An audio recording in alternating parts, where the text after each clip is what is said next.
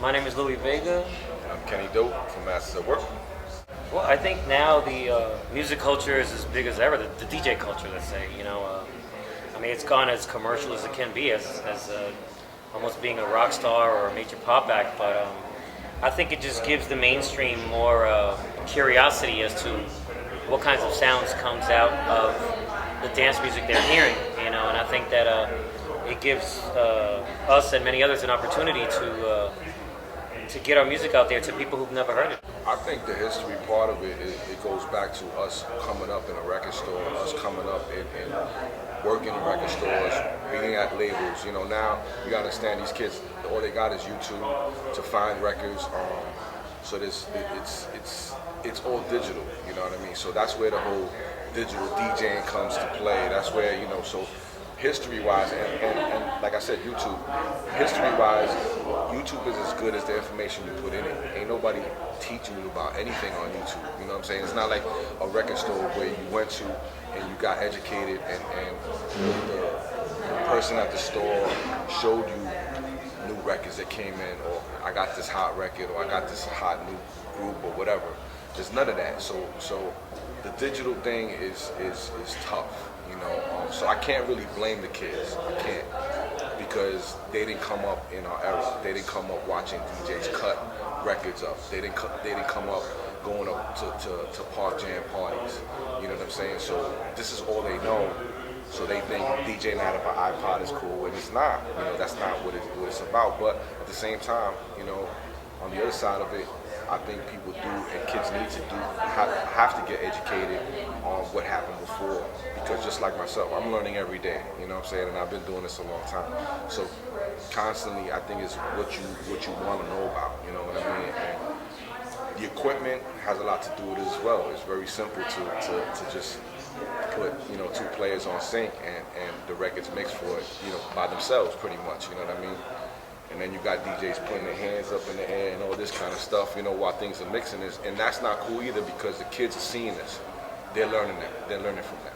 Well, it depends on where you're playing. I mean, if you're doing festivals and stuff, you're doing that in a big way. I don't know if anybody's really watching what you're doing, unless the camera's on you and you're on giant screens and they're really looking at what you're doing. But that's not what people are going out for. You know what I'm saying? They're going out, when you're doing those, if you're talking about those big, huge, those festivals that, have the lighting, the pyrotechnic, you're going out for a show. It's entertainment. So it's beyond the art of DJing. Forget about that. But, for me, like when you were saying before, it's really up to us, guys like you who have, this online database of kids that are growing, and and they're into this generation of kids that are into this art, and it's up to us to teach them where it comes from. You know what I'm saying? Because they're not going to know if they're not going to know where to find it. I mean, I think that really, we make it our responsibility to have the information in there, and hopefully it gets out to them, or we keep showing more ways of teaching people, teaching these young kids how and where it comes from. That necessarily doesn't work all the time. You know what I mean? To the question you asked before, because you have these guys have these sets planned, and they're going from from record 1 to 20, and they're not reading the crowd. They're just going in and playing their set, and the crowd is just standing there. What is he doing? And that's where DJing comes into play. You know what I mean? Because I'll play records sometimes that I think might work, and they don't. Because it's just like that. So what you do, you just kind of bob and weave through records, through music, until you find that zone and where you got the crowd at, and then you keep moving from there. Well, I think that's just one dimension of our music. I mean, it sounds to me like you're talking more about festivals and those big room kind of parties. Yeah, even in the big clubs now, these guys are. Yeah, but I'm saying those big rooms. But I'm saying now there's, it's different when we go out because we have built the foundation. So where we go out, there's Masters at Work fans, Louie Vega fans, Kenny Dope fans, New Eureka Soul fans. I mean, we built this foundation for ourselves. So we're in a lucky place when we go. But at the same time, too, we get thrown into that arena as well because we do festivals that have 10,000, 15,000, 20,000 people. But we do what we do, and we do how we do it.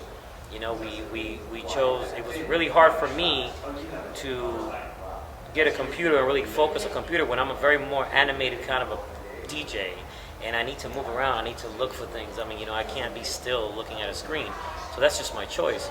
But I'm saying when we go into that realm, we try to dress it up as well, production-wise, yeah, but more showing where we come from. So you might come see Masters at work in front of 10,000 people on those big screens. You're going to be seeing New York, Brooklyn, the Bronx. You're going to see, where we, showing them a little bit subliminally about where we come from. Whether you like it or not, you're seeing it. The lights and the pyrotechnics and whatever they do come to play, and the nitrogen or whatever. But for me, I enjoy the smaller rooms, playing in smaller rooms. And I played anywhere, and he has as well, from 300 people to 30,000 people, Okay. So we've gotten the best of both worlds, and we realize what it takes to play in a big room like that. And yes, those kids want to be pounded in the head by it. They do. You can't play something very easy going when you have 10,000 people in front of you waiting for that next explosion of crescendo to happen, because they've been trained to do that in that environment. And we got brought into the younger generation. There's this whole deep house movement going on. So I think in amazement, the kids were watching us just go back and forth, because we're playing on the set 4 at the same time, and they were like, they actually were trying to figure out what was going on when, you know what I mean? Because they wasn't used to seeing that. You know what I'm saying? So that we taught them something that day too, because they're like, wow, these guys are just playing things on track. They're not, it's on beat, it's locked up. They're not, nothing's, they're actually doing something. You know what I'm saying? So I saw a lot of people, a lot of kids that were definitely went home that night and were definitely trying things. You know what I'm saying? Because of that. Well, we've been talking about it for a few years to come together and do things, but we were working on our solo projects, And he's been recording his records, I've been recording my records. We focused on our label for all these years. We built 2 new sets of catalogs with Vega Records, KD Milk Wax, and just built new libraries of music for ourselves, because individually we had, things musically we wanted to let out. And, I felt it was time, he felt it was time. We kind of felt, it just came naturally, like, let's do this, you know what I mean? There was always the idea, but now it feels right. I guess it feels right because there's a whole new generation out there. Obviously, we have our followers and our heads from back in the days. These new kids are interested in what we're doing, and we went and did this Red Bull Academy thing in San Francisco, and we spoke for a few hours in front of a few hundred people. But when they put it online, I couldn't believe the amazement and all the way these kids were reacting to what we had talked about just in like 2 or 3 hours. You know what I mean? And there was so much to talk about. It was wonderful. And kids I never heard, that never heard of us, because they said it. They were like, wow, we're going to collect your music now, or we want to follow Masters at Work. And you see, that's what it takes. And that's, for me, I feel it's almost as well. Creatively, we want to get together. We're very excited about recording, and we're going to do a lot of things. It's really going to be amazing. But at the same time, we feel it's a responsibility to come out and teach the young, or give them some knowledge about where it comes from and where it is. We decided to kind of do our own solo projects. We did so much in a 10-year span. So you got to realize we introduced, in those 10 years, we brought a lot of live instrumentation into the house music, to the dance music, the musicians, artists, and we did a lot of it. Every major artist, every label, so it was like, okay, so now, Louie came to me, he's like, look, I really want to work on some of my stuff. I got ideas that I want to do. And I was like, cool, so then I'll do my thing. But it's crazy because 10 years passed, and now we're getting back together, but we feel the same way we feel then, that we did a lot of it, but now with more experience, we could reintroduce it. You know what I'm saying, with our experience, and we feel like we got a lot more to bring to the table, you know what I'm saying, past what we did before. Back in the studio was just like, we never stopped, the magic's still there, the tracks are still there, the sounds are there, it's just the flow. Now we can work quicker, because, back in the days we were running tape, so, we had to do all our stuff MIDI, record it, print it to tape, then mix it. Now the whole process with Pro Tools and just the stuff we're using and the programs that we're using, we can work a lot quicker. So we can definitely bang out things faster now. So if we was a problem back then, it's going to be more of a problem now for people out there. Well, just imagine, we recorded for 10 years. We recorded over 1,500 recordings at least. I mean, you're talking about albums, you're talking about singles, you're talking about dubs, you're talking about vocals, you're talking about putting culture in the music.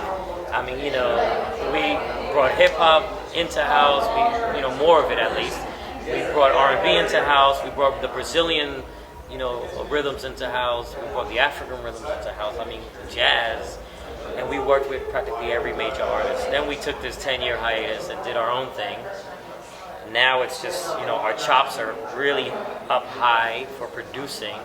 And as well DJing, when we were DJing through those 10 years as well, because, we were DJing separate and maybe a few occasional things together, but not much, we realized that everybody was playing all those songs we did before, like it really affected them, like they became classics to the crowd. But I'm not talking about 10 songs. I'm talking about a good, chunk of songs and real songs, you know what I'm saying? That became these European hits, Japan, Australia, international. So for us, we feel like, wow, we really got to get back and create some new ones for everybody. So, we got back in and it just came together so well, we spent like 4 hours in one day, and I'm telling you, we came up with like 5 tracks. It was that quick. Well, it works in different ways. For me, I can get inspired just going to check out a band live, or I might be hearing a DJ, I might hear one little beat that influences me, or whatever, But it's I'm not working on music on the road, but a lot is in my head. I have a great memory for just things that interest me, and for me, when I get back, we go into the studio, it just happens. It's really hard. It's not a planned thing. It's not really. A lot of the things that I do are not planned. DJing, making music, they happen and they grow. And I think a lot of the things we do ends up growing. So you rarely kind of go into the studio with a sketch in mind? We don't. No, we don't. We don't have a sketch, but it becomes something. As we go in, it's the skeleton, it's foundation, then boom, then another song comes out of it, another song comes out, then that goes somewhere else, it just becomes. And then later on, we start seeing how the concept of what we're doing comes together and what it becomes. Of course, those are the kind of things that turn us on, you know what I'm saying? When we're in the studio, we hear a new sound, it creates a new song, for us. A lot of the times that happens. If we pull out a new keyboard or something and I hear this sound, it may become the foundation of this song, or it might be with a beat. We might hear, it could be any drum sound, So for us, obviously I'm an analog guy. I love the sound of analog, and I love making a sound together when we're together in the studio. And it's a sound that will stay there forever for me. It's a sound that is unique. But at the same time, if I need to move fast and I need a plug-in, boom, I'll go to that plug-in. If I need some cool roads and I listen to something in there, I'll end up playing something. I'll make a beat, whatever. If we want to move fast, yes, we can do that. Or we can be home tweaking an analog keyboard that maybe 10 people have in the world or something. You know what I mean? So, we like the best of both worlds. But definitely the plugins, it's definitely something key to have, because you think about the hundreds and thousands of dollars that we had or have in the studio. With outboard gear, I have it in my laptop. $2,000 rack that's a $200 download. You know what I'm saying? So you're able to have those with you. Obviously, yes, it doesn't sound like the analog stuff, but you could create on the road, get it to sounding the way you want. When you go back home, yeah, it's good for reference. Use the original stuff. You know what I'm saying? I think the biggest lesson for me is not able to follow trends. I think a lot of DJs that follow the trends are pretty much out of here. You know what I'm saying? We've stuck to our brand. We've stuck to our sound. We've built on our sound. You understand what I'm saying? And I think we've never let our fans down, and the people that follow us, we've never left them alone.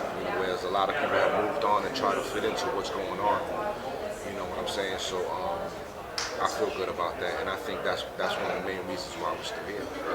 Yeah, and I feel that every time we create something, we progress with our sound as well. It's not like our sound is going to sound like that record in 1991. I mean, there's new sounds today and new ways we make it. It's a lot stronger now, bigger, and we do get inspired by other things. But when you hear Masters at Work record, people can recognize it. Obviously, there's a lot of other records that sound like Masters at Work records too. But you definitely know when we make something, because sonically it's powerful, and it's well produced. But at the same time, we do keep a rawness. You know what I'm saying? So we really have that balance. We know what we're doing, and that has been definitely something really hard on us, because ever since way back, anything we created or that we worked on has never been something that was happening at the time.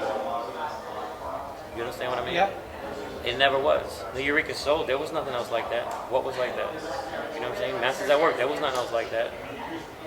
You know what I'm saying? I mean, for me, and even Elements of Life, there was nothing like that.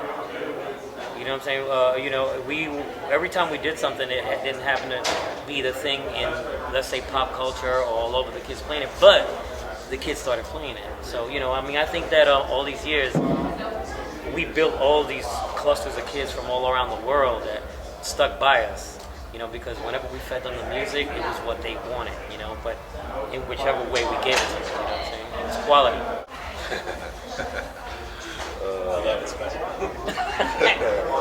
Why are you starting trouble?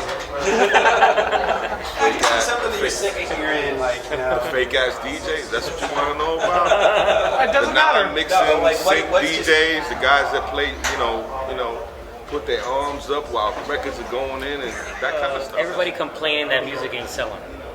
That's it. I'm tired of hearing it. You got to do something about it. That's it. You got to do something about it. Make some quality music, and you got to, together with your people, that you have an opportunity now that you don't need a major label to do stuff anymore. Right. You don't. So that's it. Stop complaining and do something about I it. think, I think a lot of people just have to, brand themselves in a way that, and give back to these kids who are supporting you. You know what I'm saying? Everybody's just one-sided. It's not all about one-sided. It's not all about, well, download my record and give me your money and come see me at the show. And, okay, but what are we doing for them? Are we giving them back anything? Give them t-shirts and giving them downloads for free? What are we giving them back for supporting us? You know what I mean? And I think it's about creating that core following, that's gonna, they're giving to you and you're giving back to them. David Island. What's up? This is Masters at Work, Kenny Doe. And this is Louie Vega. WMC 2013, and we're hanging with Magnetic Magazine. Yeah, Peace. peace. Thank you.